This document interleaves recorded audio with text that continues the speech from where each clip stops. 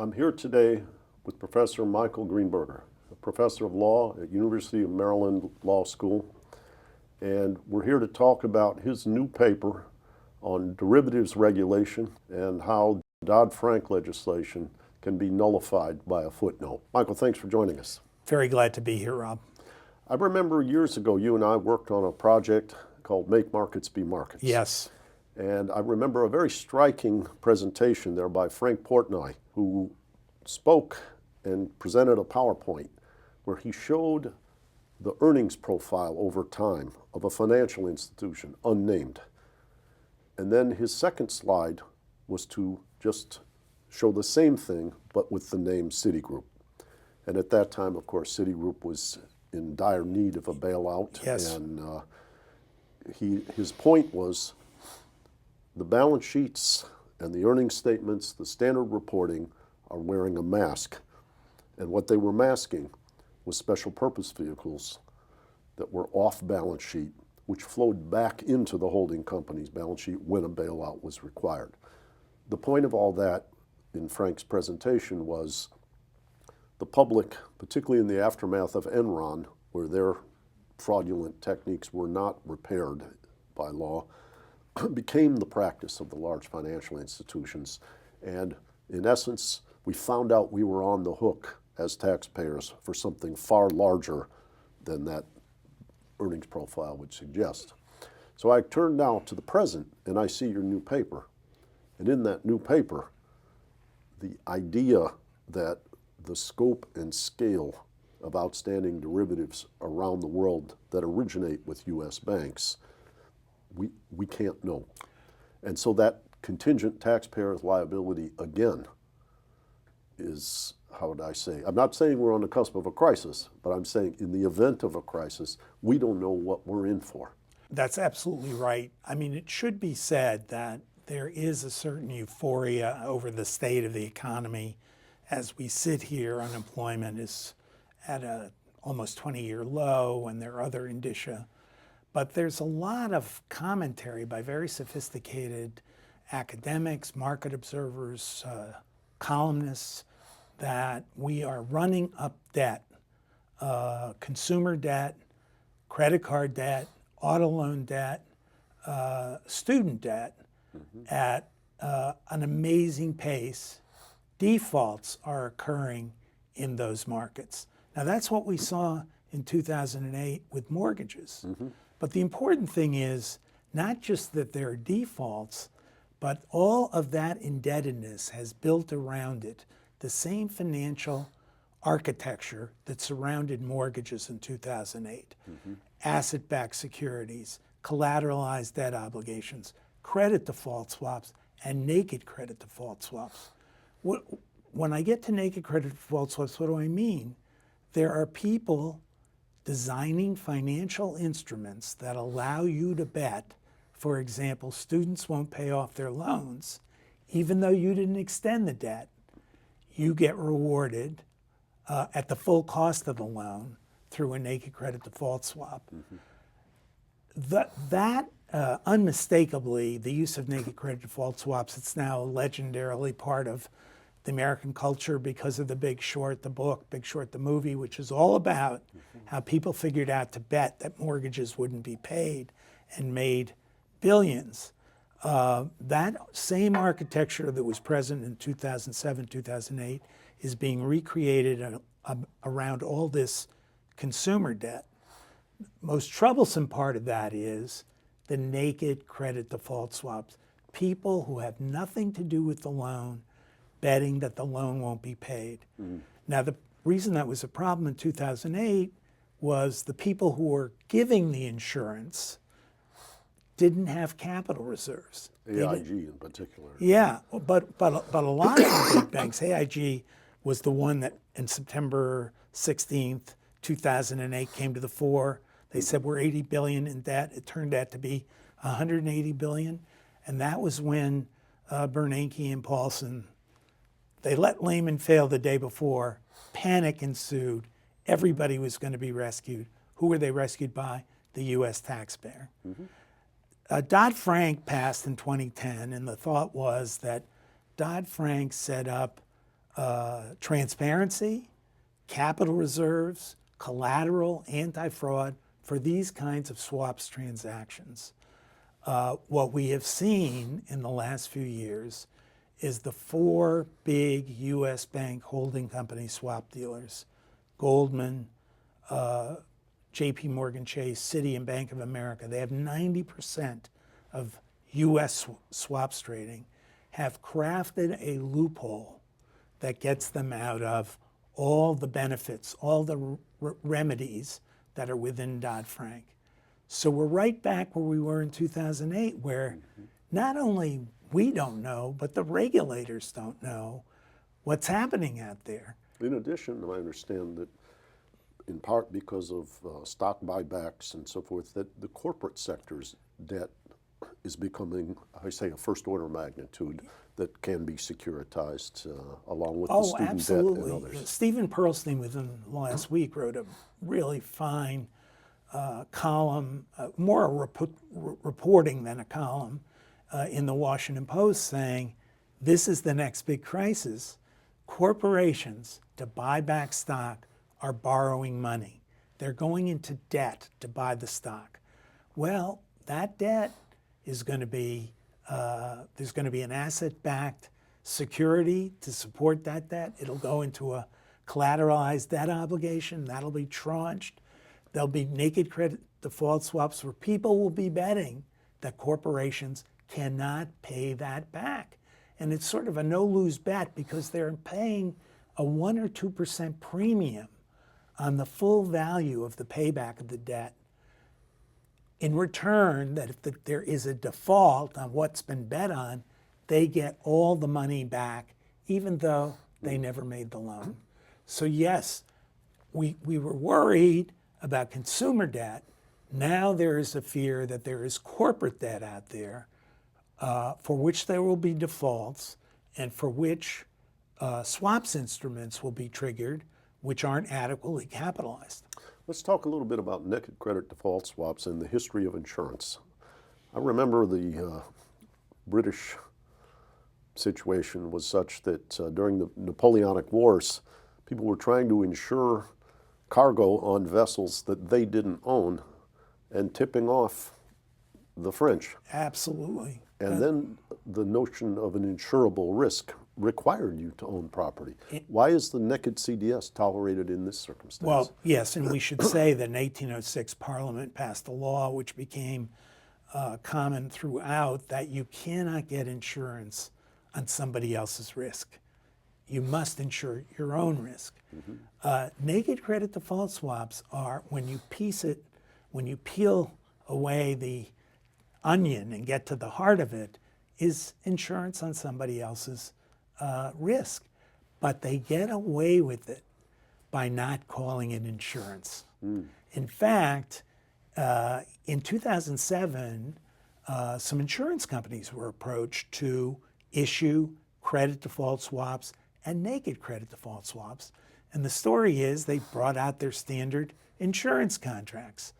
And the bank said, you can't do that. Insurance is regulated by the states. We don't want to be regulated by anybody.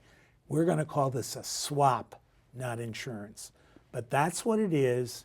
It's insuring against the loss of somebody else's risk, not the person who's doing the betting. So if I own a naked credit default swap,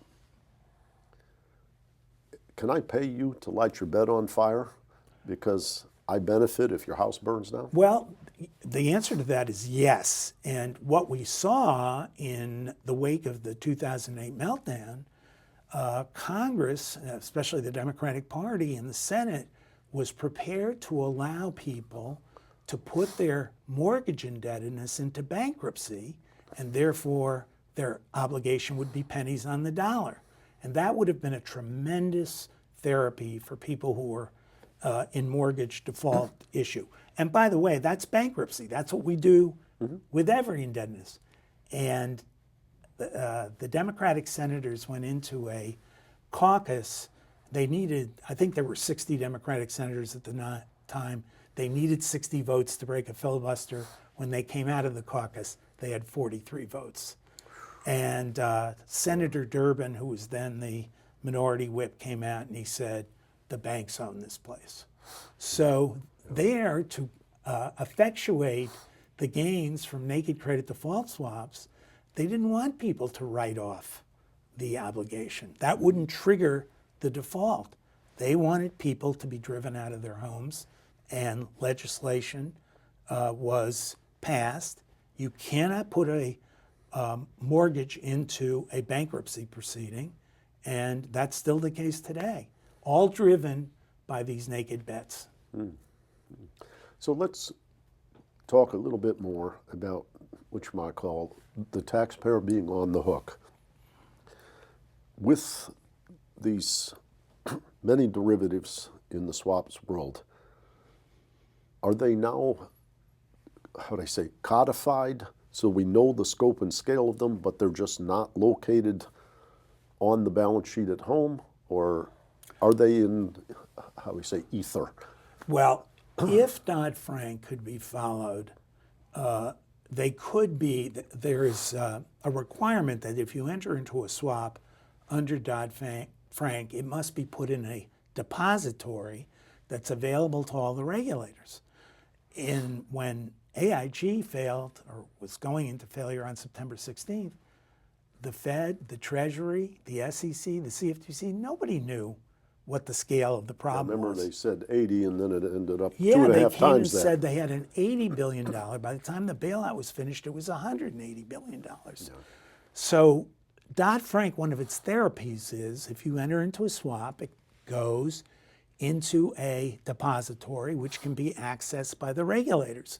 So they can see what's happening in the Didn't it also afford netting out of exposures as well? Yeah, well, also, if for purposes of your balance sheet, you can net exposure. In other words, if you're winning on some swaps and losing on others, you can net out, which many prudential regulators say causes its own form of opacity in this market. But the problem is that the banks have figured out a way to get out from under Dodd-Frank, essentially using foreign subsidiaries to do the transactions. So that stuff is not going to be in a depository. And so what that means, when the next crisis hits, it'll be a surprise to the regulators. Somebody will come to their door, as AIG did, and say, hey, I need a bailout. Now remember, the bailout was paid by the US taxpayer to the tune of trillions of dollars. And the bailout was thought to be, well, we know this is not a popular thing to do, to bail out these big banks who are stronger than ever, but if we don't do this, there's going to be a systemic break in the economy, and we will have the second Great Depression. Yeah, let's talk about that. I know about a year ago, former Treasury Secretary Timothy Geithner gave a talk they called the Parr-Jacobson Lecture. And he talked about the need to fortify the bailout mechanism because there are some elements of Dodd-Frank which inhibited, say, the Federal Reserve's right to avoid that calamity of a financial breakdown. And his emphasis was on, how would I say, you get to that crossroads and you either bail out the banks or you suffer a depression of much worse costs. And his point was, don't set up a system that forces you into the dreadful contingency. Secretary Geithner is right. Dodd-Frank makes it harder for the Federal Reserve to do bailouts. I think my own view is he overstates the case. I do think even under Dodd-Frank, there is still an ability to conduct a bailout. It's a little more restricted, but it will happen, and it will be if the four banks, Citi, Goldman, JP Morgan Chase, Bank of America, should present themselves as being on the brink. I believe the Fed still has the capability to orchestrate a bailout, which of course means getting the U.S. taxpayer to be the lender of last resort. Well, there are a number of people, very sophisticated financial officials, past and current, who are very concerned that something like the TARP legislation, Troubled Asset Relief Program, could not be passed, that members of the lower house, or perhaps of the Senate, would consider it professional suicide to vote for another bailout. And many people I know complained that if that can't be done, it then resorts to the Fed to do the bailout because the Congress won't appropriate the money. But if the Fed does that, the Fed's independence comes into question. People were ferocious in saying, why are you bailing out the big banks when Ben Bernanke was enlarging the balance sheet, where we're laying off police and school teachers, not repairing our roads or our schools. You could be buying municipal securities and supporting all of these communities.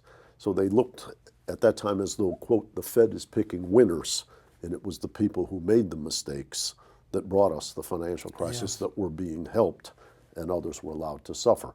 This kind of stress has built up where people like Rand Paul and others on both sides of the aisle are very, very anxious about, quote, Fed independence, and whether the Fed's independence could, what you might call, endure another bailout if TARP legislation were defeated and it redounded to the Fed. Would the public, would the legislature tolerate the independence I of the think Fed? that's a very, very big risk. First of all, there will never be another TARP. TARP almost failed in the House of Representatives.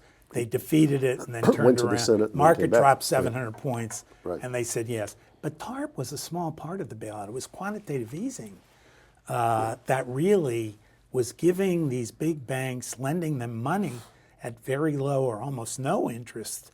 That really was the trillions of dollars that went to the benefit of those banks. Secretary Geithner is right. That's a little bit harder to do now under Dodd-Frank.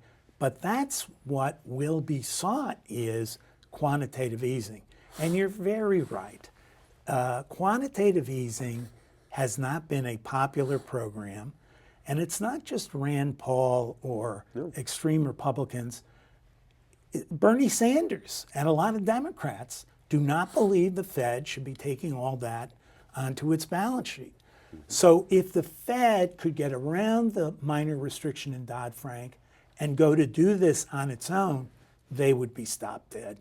Unless they could convince Congress, if you don't let us do this, we're going to have 1/3 unemployment. We're going to have people selling pencils on the street. That's the only way the Fed can convince Congress to do this. But there is every indication, even conservative Republican senators who want to deregulate Dodd-Frank do not want to deregulate Dodd-Frank for the very biggest banks, because the simple political calculus is the banks brought the economy down. The banks were bailed out to the tune of trillions of dollars. That was U.S. taxpayer money. A lot of those banks are stronger, bigger, have more influence now than they did even in 2008. And the average American who's going to be looked to do these bailouts, well, we've had some recovery, but the recovery hasn't been uniform. And people are still suffering from 2008. Sure. So if I think a lot of senators would look at the Fed and say, hey, you can't do this again. And that will impact the Fed's independence. Well, there's a very deep concern that if you did fortify the bailout capacity, as former Secretary Geithner talks about, you're also then creating the mother of all moral hazards, which is if you know you're going to be bailed out, the temptation to take a lot more risk ex ante becomes, how we say, irresistible. And the problem is we don't have, in the money politics of America, a political economy which creates prior restraint of speculation. The strength and intensity of supervision and regulation is something people hold fundraisers to make sure doesn't happen. It is clearly the case that reappointment as an SEC, CFTC commissioner or Fed chairman, or even someone like the FDIC, probably won't happen if you're unfriendly to the free restraint. And this is, how would I say, always a problem, which was when a bubble is forming, both sides of the transaction want to be left alone to play. Absolutely. It's the old McChesney-Martin notion. You got to take away the punch bowl just as the party gets good Yeah. in order to stabilize things. In our political economy now, it seems it would be almost impossible to restrain the blowing up of the bubble that then gets bailed out on an even larger size. I agree with a lot of what you said. I'm a little more optimistic because I think there is a constituency out there, a large constituency, that if you explain this problem to them, if we don't regulate properly, you're going to be called upon to do a bailout, and maybe that bailout won't be available. What does that mean? A Great Depression. There's a lot of hostility to the big U.S. banks because they came out of the recession stronger than ever. Their lobbying force is fierce. I think if there was a voice that could articulate this problem, we see it a little bit in Elizabeth Warren, Bernie Sanders, and other Democratic senators, I think you could put together a constituency that would put in place barriers before we hit the wall and get hurt. I think the election of Donald Trump hurt that very badly because now we're in the exact opposite format. Let's do everything we can to help the banks and deregulate DoddFrank. Query, there's a lot of debate about how devoted Democrats are to taking on the banks. But I really think with the right voice that a constituency, a large constituency can be built that would support proper regulation of the banks to protect against Armageddon. And at this juncture, with the current administration, they can't possibly want to use that contingent liability when infrastructure, education spending, health spending, environmental transformation are all what you might call calling on our fiscal capacity. How can they make the case for, how would I say, letting be ever larger the amount of fiscal capacity on a contingent basis that's reserved for the next bailout? Well, there are two things about that. One, you have to have some degree of sophistication to understand that if you give the banks everything they want, they may fail, and that you're going to have to go to the U.S. taxpayer to get the money back. I don't think Donald Trump or even Donald Trump's minions quite has that scenario in its mind. But more important, they have a utopian view about the economy. Why are you worried that the banks may fail? The Fed chair, the new Fed chair has said, I don't think banks are too big to fail anymore. They're not going to fail. We have such a thriving economy. But there is an undercurrent that is substantial, well-grounded by very sophisticated economists, market observers, academicians, saying things are not all that great now. In fact, on the 10th anniversary of the Bear Stearns scenario in March of 2018, Bear Stearns was March of 2008, the Wall Street Journal was filled with quotes saying, hey, we're building up so much debt and the infrastructure around that debt, and there's so many defaults. This looks a lot like the problem we had with mortgages in 2007. But the general consensus is, and Jerome Powell, the Fed chair, has said this, hey, we're doing great. Don't worry your pretty little head about this. Yeah, it's like the guy that jumps off the Empire State Building. You open the window at the 19th floor. You say, how you doing? He says, fine so far. Pretty much every crisis we've had, including the 2008 crisis, was preceded with this kind of euphoria that everything's fine. Let's just add on to our debt. And I think it's very important to keep that in mind because I'm seeing right now too many influential policymakers taking the view, hey, 3.7% unemployment, best in 18 years. That could go south very quickly. I'm not saying it will go south, but we shouldn't be euphoric about it, and we should take whatever protections we can put in place for a rainy day. So in your paper, you've identified this, what you might call fault line in the regulation supervision of the derivatives business, of the swaps business. You recommend closing that, and and what's the process by which that would be closed? Well, that's a good question. I should make clear that in October 2016, the Obama CFTC saw all these loopholes and said, we got to close them. So it was recognized as a problem. And they saw the swaps business migrating out of the United States to Europe and elsewhere. By the way, the migration wasn't from U.S. banks to not real non-U.S. banks.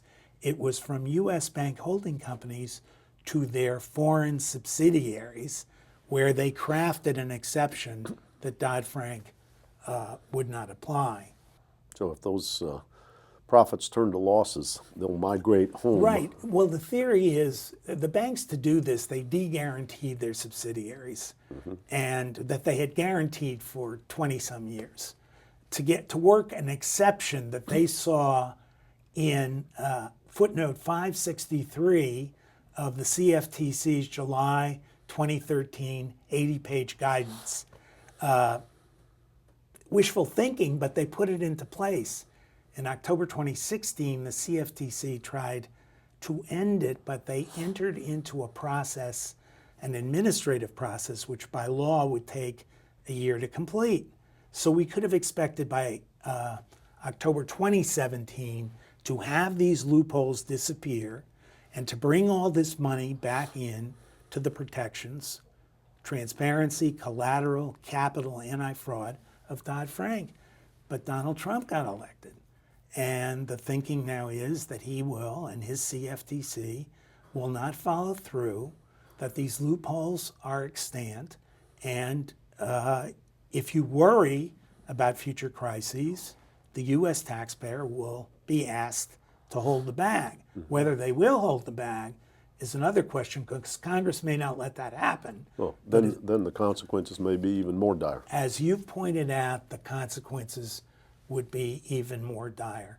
As I say in my paper, the one possible rescue here is that the commodity statute that governs swaps allows state attorneys general to bring their own lawsuits. It's got a technical Latin name, parens patriae, which is on behalf of the citizens, to challenge illegalities under Dodd-Frank that adversely affected the citizens of the state. Attorneys general have played a very active role in going after banks for practices that led to the meltdown, or even things that have happened since the meltdown. They have not been active in the swaps area. And my hope is that the paper will alert them, or some part of them, even one of them, to bring their own legal action. Because my view is that what is being done flies in the face of the plain language of Dodd-Frank. It's an open and shut case. But, you know, I can't go into court to do it. One, do I have what's called standing? Can I show I'm adversely affected? Two, I and many others don't have the money. These lawsuits are very, very expensive. But the state attorneys general could do this, and that's my one hope. Well, you worked for years with the CFTC yourself, and you were the division chief there when, was it Brooksley Bourne was Yes. the chair? And how did I say, I've known you through, the 2008 crisis to the present. Yeah. The depth of your understanding and the intensity of your investigation and what you illuminate for us, even if it's not happy news, is a public good. Thank and you. I'm very grateful to you for the work that you do, and I hope that we can continue to ride on your shoulders and elevate this conversation and bring it to more and more people's attention, starting with the attorneys general, who can, use public money to defend the public, Yes. and taking it more broadly to a place where the trust and legitimacy of our governance, and particularly our financial governments, can be restored. And I should just say, Rob, that INET financed the work on my paper, And INET's work as a whole is a tremendous asset to those of us who worry about preventing future financial crises. So I'm very indebted to you too. Well, I'll buy a naked credit default swap on that debt. Thank you. Thank you.